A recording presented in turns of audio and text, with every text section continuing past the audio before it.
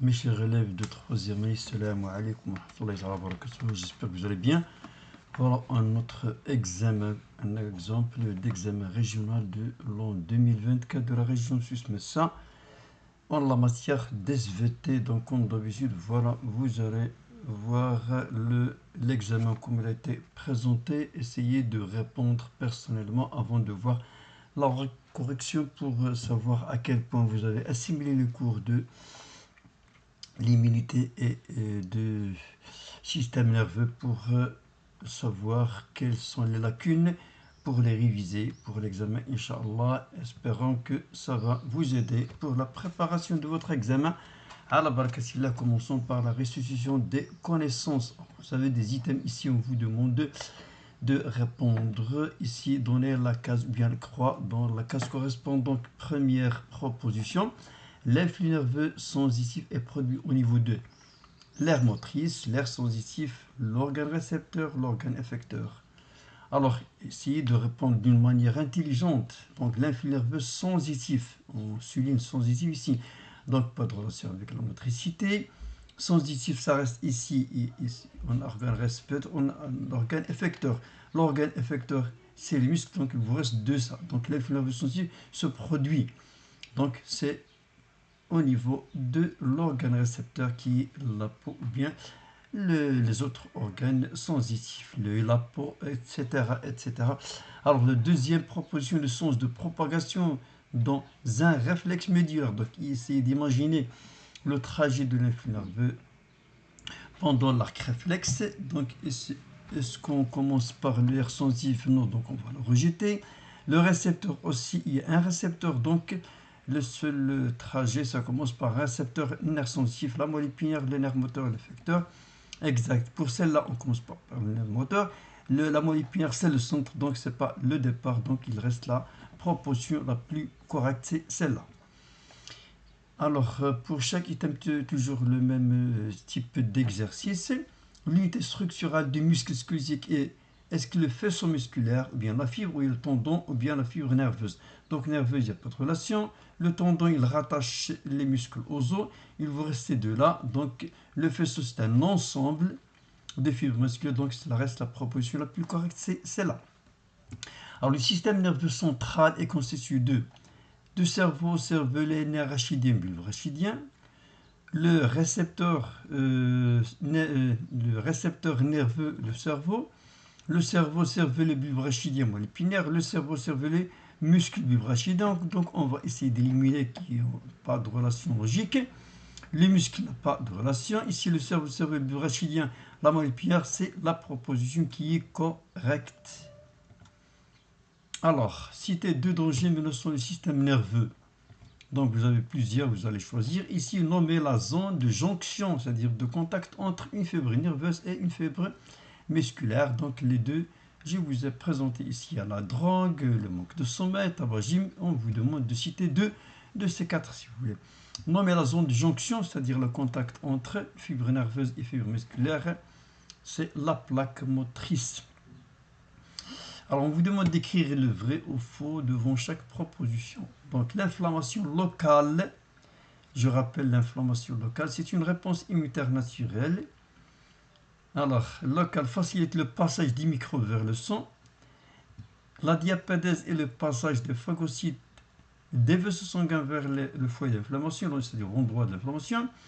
La réponse immunitaire cellulaire se fait par les lymphocytes B dans un antigène est une substance, ou bien un antigène est une substance qui induit, qui provoque une réponse immunitaire de l'organisme. Donc la première, l'inflammation locale facilite le passage des microbes vers le sang, c'est faux.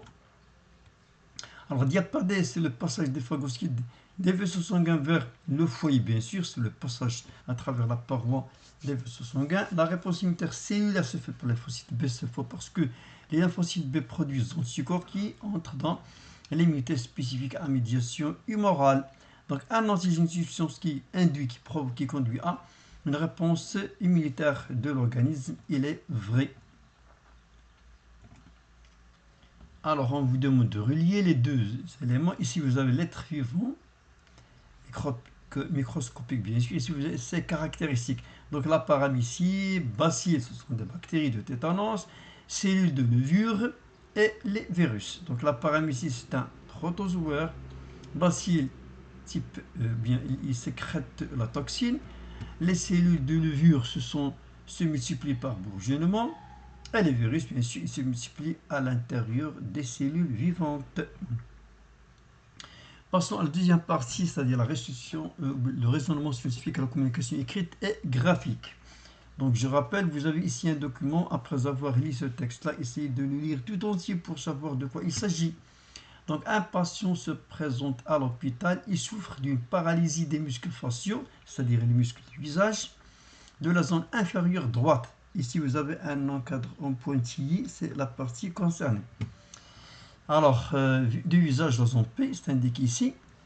En vous basant sur le schéma ici, alors, on vous demande de compléter les hypothèses de être. On va vous proposer l'une des hypothèses et vous allez compléter les deux ou trois si nous expliquons pourquoi. C'est-à-dire la cause de la paralysie observée chez le patient. Donc, vous avez la première hypothèse, on vous la donne. Une lésion, ça peut être une lésion des muscles faciaux, des muscles du visage, entraîne la paralysie dans la zone inférieure du visage. Vous avez proposé hypothèse 2 qui entraîne la paralysie de la zone inférieure du visage, aussi il entraîne donc deux autres. Donc comment puis-je, moi, élève, savoir les hypothèses? C'est-à-dire, on va vous poser la question, vous allez vous poser vous-même la question, quels sont les organes qui interviennent pour faire bouger les muscles de visage? Donc c'est un mouvement normalement volontaire, ça demande quoi? Ça demande les organes suivants, les muscles, les nerfs et bien sûr la zone, c'est-à-dire l'aire motrice. Donc on peut ajouter les deux autres commandes, peut-être une lésion au niveau du nerf facial, celui-là, peut-être une lésion au niveau de l'aire motrice, d'où provient l'influx moteur. Voilà l'image. Alors, parmi les examens médicaux proposés dans le tableau suivant, on vous demande de cocher les trois propositions permettant de vérifier les hypothèses ci-dessus qu'on a citées. Donc, alors, est-ce que les examens médicaux vont se localiser sur vérifier que le nerf facial conduit l'influx nerveux, ou l'enregistrement de l'activité cérébrale de l'aire auditive, enregistrement de l'activité cérébrale de l'aire motrice, vérifier que le nerf optique conduit l'influx nerveux, vérifier que les muscles du cou sont intacts, vérifier que les muscles faciaux sont intacts. Voyons voir. Donc ici, il s'agit de faire bouger les muscles faciales de cette partie-là. Est-ce qu'il y a une relation avec celle-là? Vérifier que l'air facial conduit l'influx nerveux, bien sûr. Enregistrer l'activité cérébrale de l'aire auditive, l'aire auditive n'a rien à voir avec le fait de bouger les muscles du visage, donc il est fausse. Enregistrement de l'activité cérébrale de l'aire motrice, bien sûr.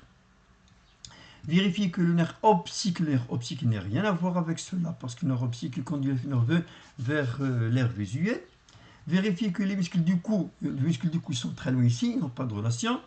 Vérifier que les muscles faciaux sont intacts, bien sûr, on va les vérifier pour savoir la cause de la paralysie des muscles faciaux. Alors, afin de déterminer la cause de la paralysie chez le patient, le médecin traitant a d'abord consulté le dossier médical du patient. Puis, il a soumis à des examens, c'est-à-dire la soumis le patient, médicaux. Le tableau suivant présente les résultats du diagnostic. Voilà son dossier médical, qu'est-ce qu'il a comme antécédent. Alors, les antécédents médicaux, il avait une inflammation du nerf facial, voilà, sous le pavillon de l'oreille. Voilà le pavillon de l'oreille, et ici, il a une inflammation. Il a eu aussi un accident vasculaire cérébral, provoque une lésion d'une partie du cerveau. Ici. L'examen, qu'est-ce qu'a fait le médecin? Premier examen médical, résultat des excitations le long du nerf facial. Il a excité ici, le long du nerf. La réponse, contraction des muscles faciaux. Alors, deuxième examen, qu'est-ce qu'il a fait? Résultat de l'imagerie, l'IRM, c'est-à-dire l'image par résonance magnétique. Là, le résultat, la zone cérébrale G, c'est celle-là. Il est intact, pas de problème. Lésion, il a trouvé, il a constaté qu'il y a une lésion de la zone F. Voilà. Donc voilà tous les éléments nécessaires pour répondre à la question, la cause de la paralysie des muscles faciaux chez ce patient-là. Donc en vous basant sur les résultats d'examen médical, justifiez que l'ancien inflammation du nerf facial sous le pavillon de l'oreille droite n'est pas à l'origine de la paralysie chez le patient. Donc il avait une inflammation, mais lorsqu'on a excité ici, il n'y a pas de problème. Donc le nerf il est intact, il conduit l'influx nerveux. Et la réponse est la suivante. L'inflammation du nerf facial sous le pavillon de l'oreille droite ne peut pas être à l'origine des symptômes observés chez le patient parce que le nerf facial conduit l'influx nerveux lorsqu'on a fait les excitations moteurs. Alors, la suite. Alors, toujours le même problème. Ici, vous avez la quatrième question. En vous basant sur le résultat de l'examen médical 2, celle-là, justifie, je m'excuse, déduisez la cause responsable de la paralysie dans la zone inférieure droite du visage chez ce patient-là. Alors, la réponse est le patient souffre d'une lésion dans la zone cérébrale F. C'était quoi la zone cérébrale F? C'est bien sûr l'aire motrice. Donc la paralysie de la partie inférieure du visage est donc due à la tête de l'aire motrice. Donc quelle relation y a-t-il entre les deux? L'aire motrice, lorsqu'il y a une lésion, il n'y a pas de naissance de l'influx nerveux au niveau de cette zone. Le nerf, il conduit, les muscles sont intacts, mais il n'y a pas de naissance de l'influx nerveux au niveau de l'aire motrice. Voilà. Donc ici, vous avez un schéma. Complétez le schéma ci-dessous qui explique la paralysie de la partie inférieure droite du visage en utilisant les lettres A, B, C. Quelles sont les lettres A, B, C? Ici, A, absence de propagation de l'influx nerveux moteur au niveau de la fibre nerveuse numéro 1. Voilà la fibre nerveuse numéro 1, indiquée en noir, et la bleue la fibre nerveuse numéro 2. Donc B, lésion de la zone cérébrale, paralysie. Donc on va aller ordonner. Commençons par quelle partie? Accident. Cette personne-là, il a un accident vasculaire cérébral. Qu'est-ce qui l'a conduit à quoi faire? Qu'est-ce qui l'a conduit? Bon, voilà, on va revenir ici. Donc, l'accident vasculaire cérébral ici, il n'y a pas de naissance de l'influx nerveux. Donc, B, c'est la lésion. Qu'est-ce qui a provoqué? L'absence de naissance de l'influx nerveux moteur au niveau de l'aire motrice. Par conséquent, on a A, l'absence de propagation, et ici l'absence de contraction des muscles. Résultat final, la paralysie, c'est C, de la partie inférieure droite du visage. Alors, deuxième exercice, deuxième partie, c'est l'immunité, concernant l'immunité. Afin de vérifier l'efficacité des deux vaccins X et Y contre le virus de corona Covid-19, des chercheurs ont réalisé 2 injections identiques de chacun des 2 vaccins chez des personnes saines qui ne sont pas malades, qui n'ont jamais été atteintes de ce virus. Ensuite, ils ont mesuré la variation du taux de quantité d'anticorps en fonction du temps après chaque injection. Le document 2 montre les résultats obtenus chez les personnes vaccinées par X, la courbe qui est numéro 1 en trait plein, et le trait en pointillé, la courbe numéro 2 par le vaccin Y. Donc, essayez de voir avant de voir les questions. Donc, ici, vous avez le taux d'anticorps anti-Covid-19 en fonction des jours, ici. Vous avez la première injection, ici la deuxième injection. Et regardez comment ça varie la quantité d'anticorps pour la courbe numéro 1 et la courbe ici pour le vaccin numéro Y, ici, et X, ici, Y.